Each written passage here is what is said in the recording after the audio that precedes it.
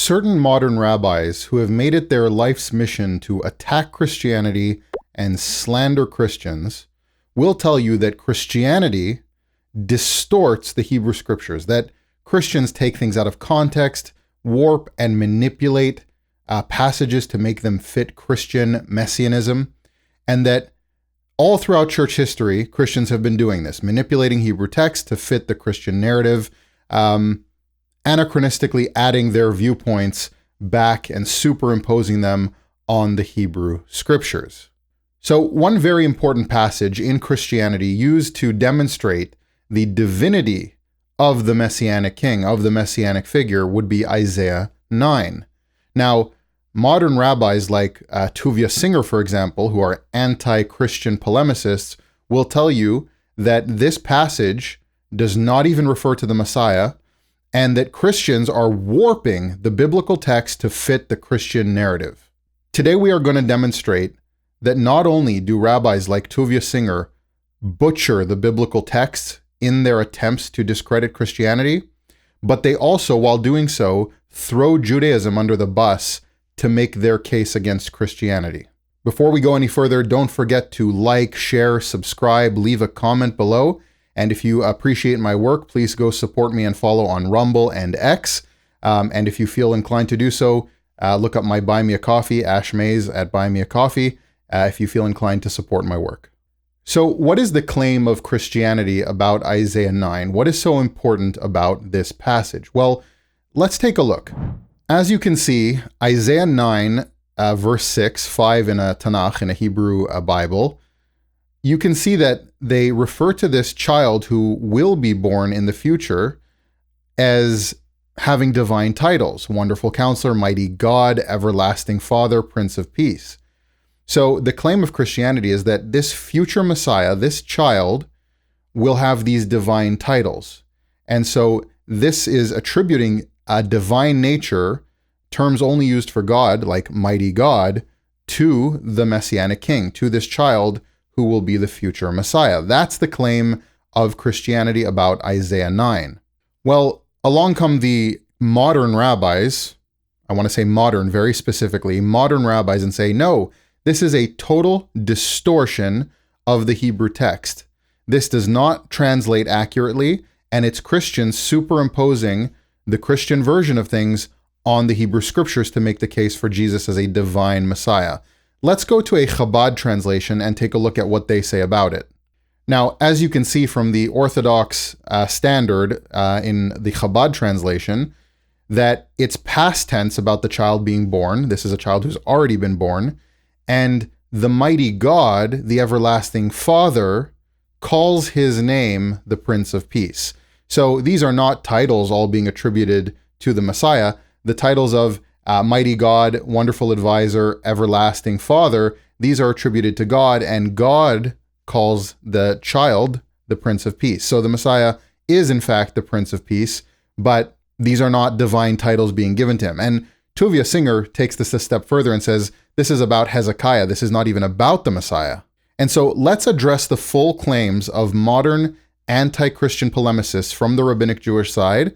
Let's take a look at their claims and let's address each one. So as you can see on screen, these are the ideas of the modern anti-Christian rabbi as to what the church is doing with this passage. So as you can see, number one, the claim is that, and you can see this in, for example, Tovia Singer's videos on Isaiah 9, the church twisted and distorted this passage.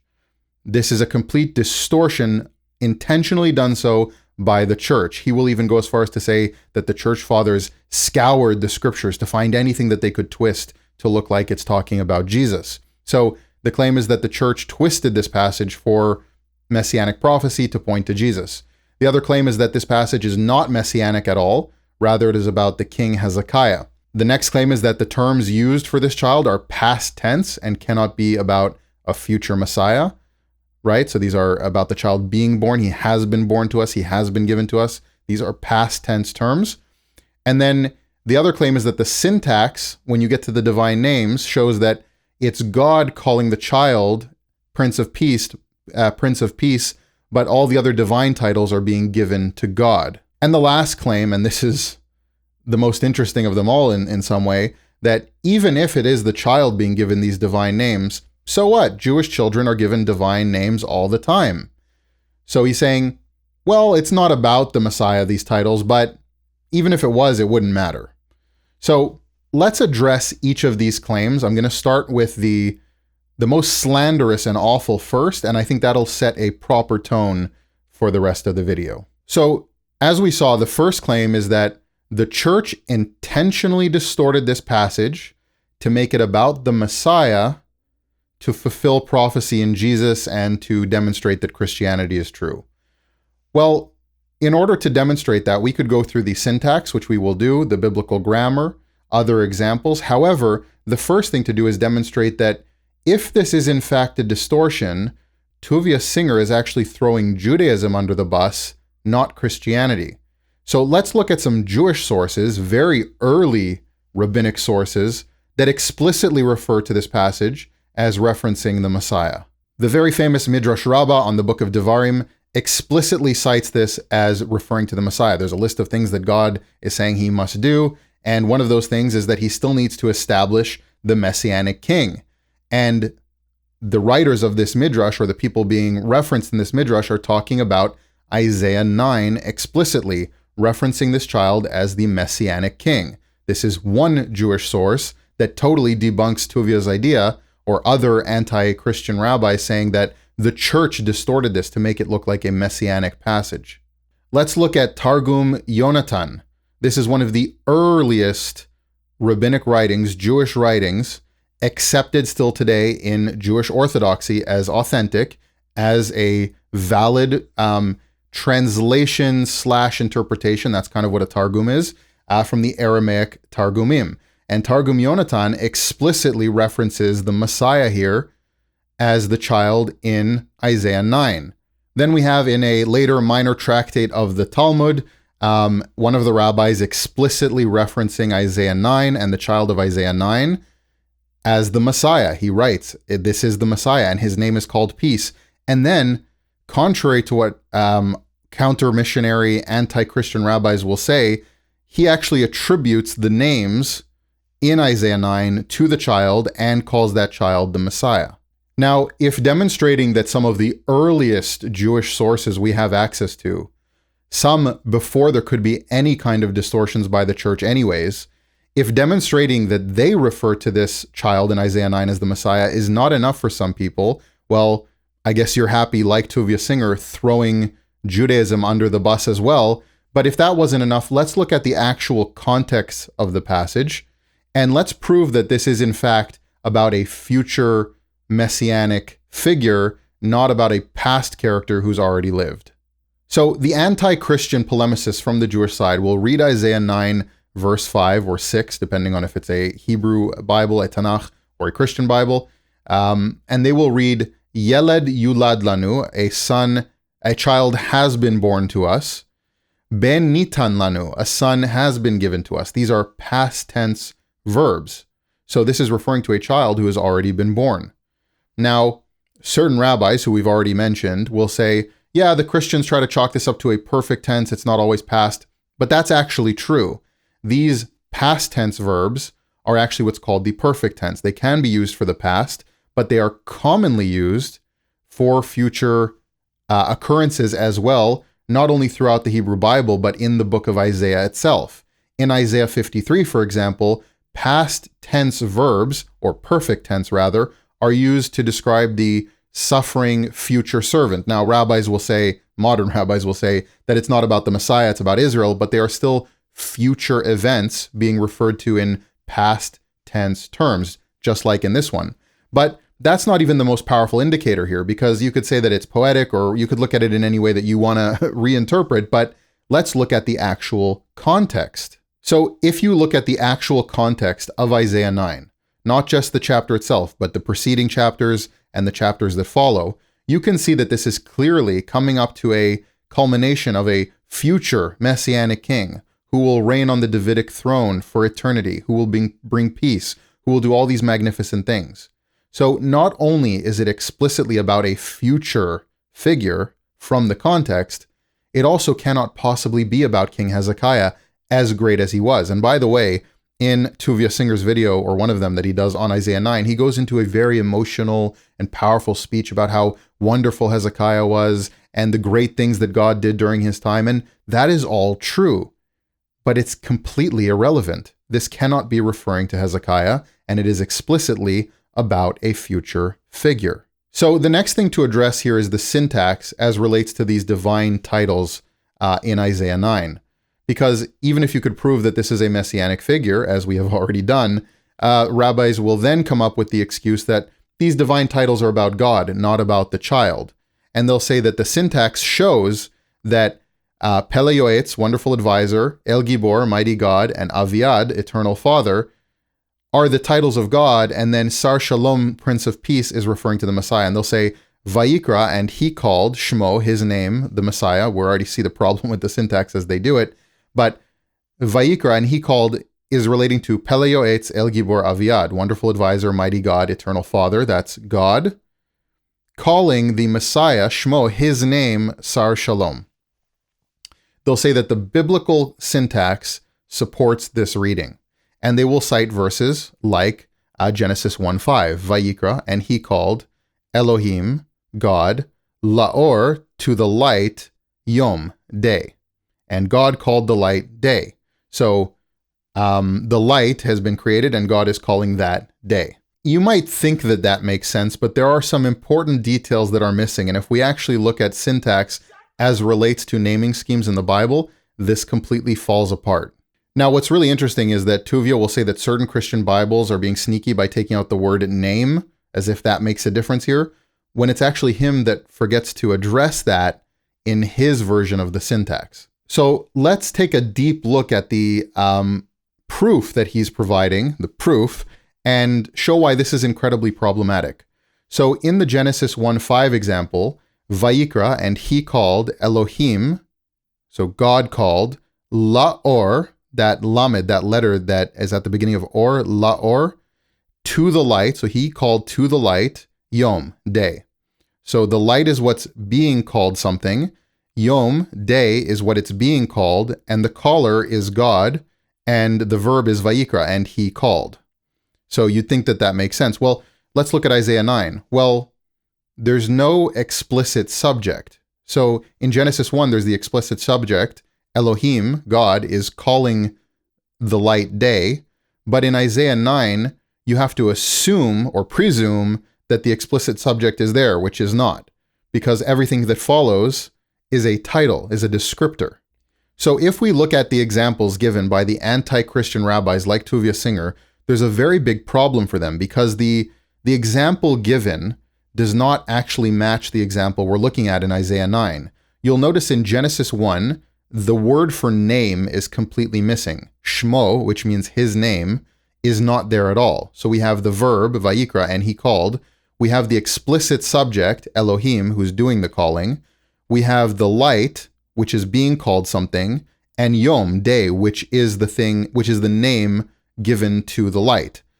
But you'll notice that also there's the letter lamed before or. Laor means to the light. So we have a specific designation of what is being called something. Elohim, God, is calling Laor, to the light, Yom, which is the name, day. You don't have that pattern in the Isaiah 9 example. In Isaiah 9, you have Vayikra, and he called, or and he is called, which would make more sense here because there's no explicit subject. Elohim is missing. There's no specific explicit subject of God doing any calling. You'd have to presume the rabbinic stance that the other titles are referring to God, but they're titles. They fall into the same category together. There's no explicit subject. You also have the word Shmo, which means his name. That's completely missing from the Genesis 1 example. So you have a completely different pattern, and the pattern in Isaiah 9 actually fits other naming schemes, which would say that the titles following are the things that are being called to the subject. And let's look at another example of that makes this very clear. So here we have an example from Genesis 35 that actually has two different structures of naming scheme, and one of them matches the Isaiah 9 naming scheme, and the other one matches the Genesis 1 naming scheme. And this shows us how to read these different versions of the way to name people in biblical literature. So we have this verse in Genesis 35 where Rachel is coming to her death, and it says that she names the child something, and then his father names him a different name. So it says Vatikra, and she called, she meaning somebody who's already known, who we assume is being referenced as the one doing the calling. Shmo, his name, which is where name comes in, just like in the Isaiah 9 example, Ben Oni. So there's a person doing the calling, there's Shmo, this is what his name is, and then Ben Oni, which is the name. This matches the Isaiah 9 example, as we'll demonstrate. The next thing says his father called him by a different name, Ve'aviv, and his father, no Shmo, no word for his name, just his father called him Kara Lo. Lo is the same as La'or, so Lo means to him, La'or means to the light, but there's a lamed at the beginning, gives your indication that it's to something. So somebody's doing the calling to something else.